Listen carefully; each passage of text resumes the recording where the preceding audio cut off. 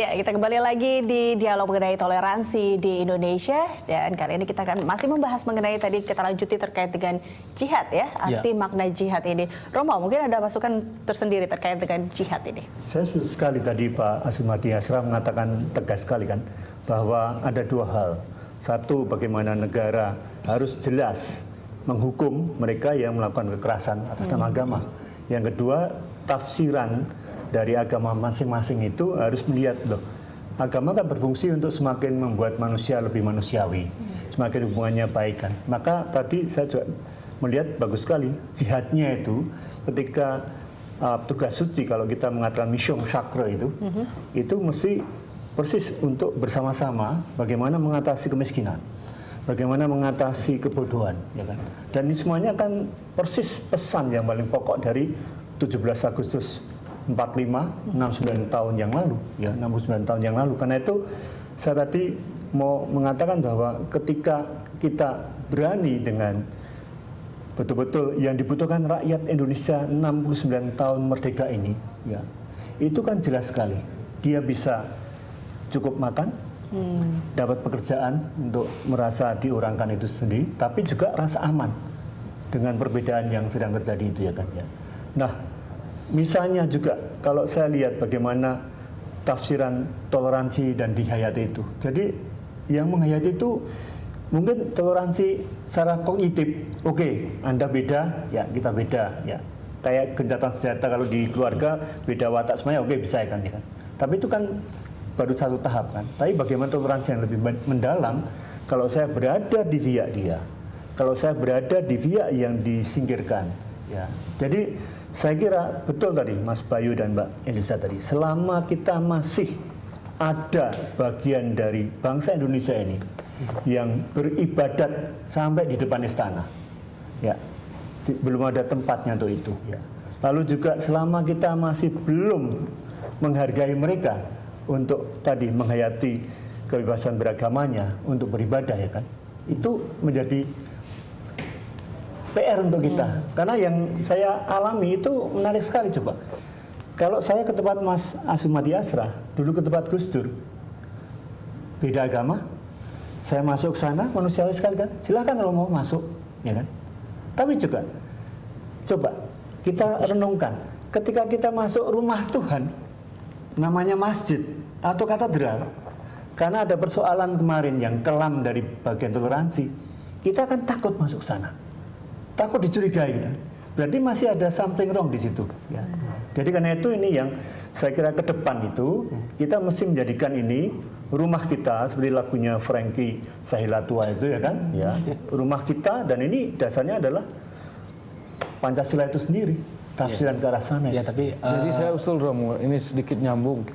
Saya kira ada mispersepsi, ada kecurigaan-kecurigaan, ada ketakutan-ketakutan, ada psyche yang mengganggu. Oleh karena itu saya udah agak lama menganjurkan dialog-dialog antar beragama itu jangan diadakan lagi di hotel, tapi diadakan secara bergiliran. Apakah di masjid, di gereja, di pura gitu kan, yang memiliki fasilitas untuk itu. Misalnya kalau di beberapa masjid kan ada masjid berlantai 2, lantai satunya bisa dipakai untuk dialog. Jadi kengerian-kengerian orang yang berbeda agama masuk ke rumah ibadah yang bukan dari agamanya itu bisa teratasi. Dan supaya tidak dimanipulasi. Iya, jadi saya kira dialog antar agama harusnya diselenggarakan ya sekali waktu di masjid, setelah itu gantian di gereja, setelah itu di vihara, setelah itu di kelenteng, nggak apa-apa, nggak ada masalah gitu. Jadi karena toh saya kira ini sangat simbolik gitu. Jadi kalau para pemimpin agama bisa berdialog di rumah ibadah yang berbeda, tentu saja jelas tidak melakukan ritual ya, tapi berdialog di situ, memecahkan masalah-masalah yang kita hadapi, saya kira itu bagus, akan semakin kuat lagi di Indonesia ini gitu. Tadi kita udah sepakat kurang lebih nilai dari toleransi beragama di Indonesia ya kurang lebih antara 1 sampai 10, 8. 7,8 kalau kata. Nah, tapi tapi di akhir-akhir ini kan memang ada satu catatan berkaitan dengan ISIS misalnya, karena Kenapa? Apa hubungannya ISIS dengan toleransi beragama? Ya, pada dasarnya ISIS yang terjadi di sana itu mengharapkan satu kekhilafan, khilafah yang lebih dikedepankan di sana. Iya itulah. Kemudian Jadi orang Indonesia merasa memiliki kedekatan dengan apa yang diperjuangkan di sana sehingga mereka pun ikut-ikutan. Nah, menurut Pak Zumardi bagaimana? iya karena mereka nggak paham.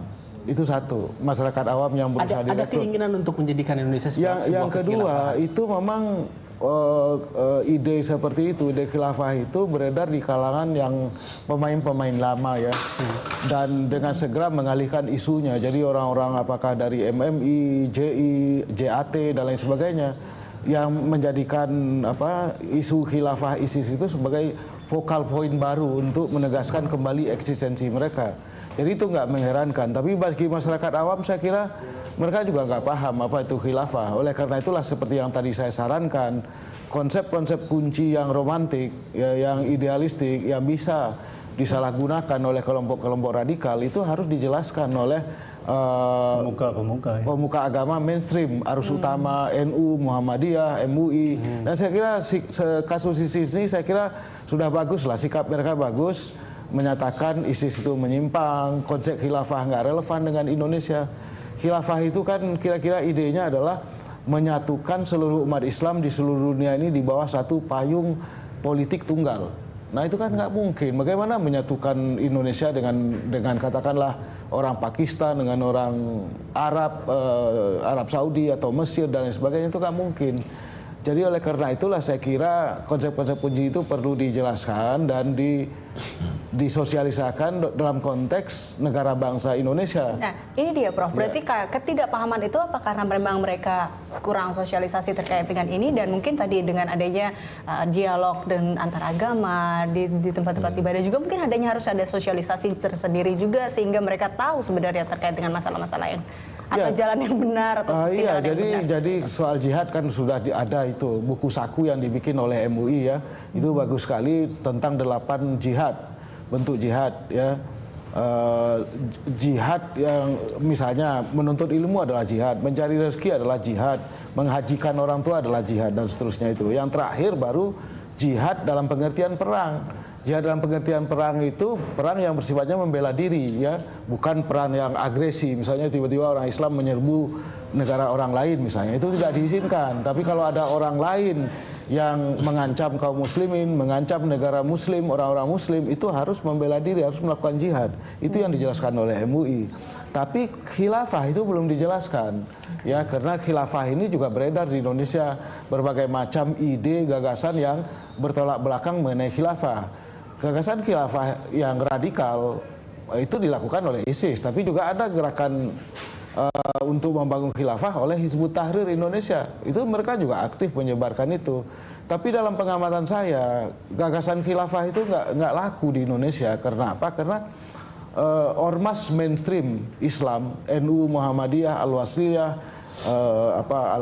Al-Khairat di Sulawesi, Nahdlatul Watan, semua nggak ada yang mengadopsi, menyetujui khilafah itu. Bagi mereka itu nggak relevan kok. Yang relevan itu adalah negara bangsa Indonesia, yang mereka turut bersama-sama merumuskan menjelang kemerdekaan 17 Agustus 1945 kan ikut para kiai dan lain sebagainya, dan jadilah negara NKRI itu dengan prinsip Pancasila dan Bhinneka Tunggal Ika. Itu yang relevan gitu. Dan pas negara bangsa ini, itu saya bongkar lagi kan. Itu menarik sekali, Suluh Indonesia. Bung Karno mengatakan dalam Suluh Indonesia 12 Agustus 1928, itu dia nulis bahwa nasionalisme kebangsaan kita bukan yang dari barat, dari Daesh itu, yang melawan-melawan itu, ya, yang terus memecah-mecahkan itu, atau chauvinisme itu. Tapi nasionalisme Indonesia adalah dia mengatakan yang kita menyadari sebagai perangkat Tuhan, ya, untuk menciptakan dalam kebersamaan ini sebuah bangsa yang tadi itu, ya, ketika kita mau memberi makna pada kemanusiaan kita yang beragam ini, ya kan, ya, toleransi yang kuat sekali. Nah ini semuanya, lalu saya sering di mana-mana mengatakan ini ternyata ada beberapa tahapnya yang harus dikombinasi satu sama lain, yaitu jalan politis itu ekstrimnya selalu sini kawan sana lawan. Rumah kita itu lalu kita, nah kita ini sendiri kan sebenarnya asimilasi atau masuknya dari aku dan mereka yang lain untuk kekitaan itu. Ya. Nah, kemudian kalau jalan ekonomisasi itu ekstrimnya ya itu tadi kalkulasi duit, untung rugi, ya kan? Dan semua dihitung dengan uang. Lalu reduksi terjadi untuk manusia Indonesia yang merdeka ini. Hitungannya homo economicus, hanya homo politicus, bukan homo kulturalis. Karena itu sekarang ini untuk ke depan dan 70 tahun ke depan ini kita harus kembali ke pendiri bangsa untuk jalan kultural, kebudayaan, pendidikan. Dan ini tadi sudah jelas sekali. Pemuka agama harus sosialisasi mengenai paham, mengenai interpretasi, mana yang benar yang menyatukan kita. Bagaimana kalau agama lalu cirinya dehumanis gitu ya kan? Lalu merelakan orang lain, katakan ditegakan untuk dikorbankan untuk kepentingan sendiri. Dan di sini sebenarnya terjadi selalu setiap kali dalam hidup kita konflik antara nilai apa yang baik, benar, indah dan suci itu dihantamkan dengan kepentingan. Terakhir sebelum kita beralih ke live report dari Istana, mungkin Pak Suhari bisa ada sesuatu yang ingin disampaikan. Jadi tadi Prof menyampaikan mengenai ada 8 toleransi Jihad, bentuk makna jihad dari MUI. Saya kira kalau kita berbicara pada tataran yang mendasar, semua ada titik temu. Kalau dalam pandangan Buddhis, saya kira semua bertitik tolak untuk mengalahkan diri sendiri. Ya, kalau umpamanya dikatakan sebagai sebuah landasan untuk mengalahkan diri sendiri, kemudian segala sesuatu perbaikan juga dimulai dari diri sendiri. Ya. Nah, oleh karena itu kalau ada sebuah gerakan ya, kekerasan, kemudian juga yang intoleransi, kemudian itu mengatasnamakan agama, nggak cocok banget gitu. Ya, nggak cocok banget karena semua agama itu pada dasarnya itu adalah membangun sebuah kesadaran, membangun sebuah kelembutan, membangun sebuah kedamaian. Nah, oleh karena itu kita harus pastikan bahwa kalau umpamanya ada gerakan-gerakan kekerasan, pasti itu bukan agama. Ya, nah ini saya kira adalah sebuah pendirian yang harus kita bangun juga di dalam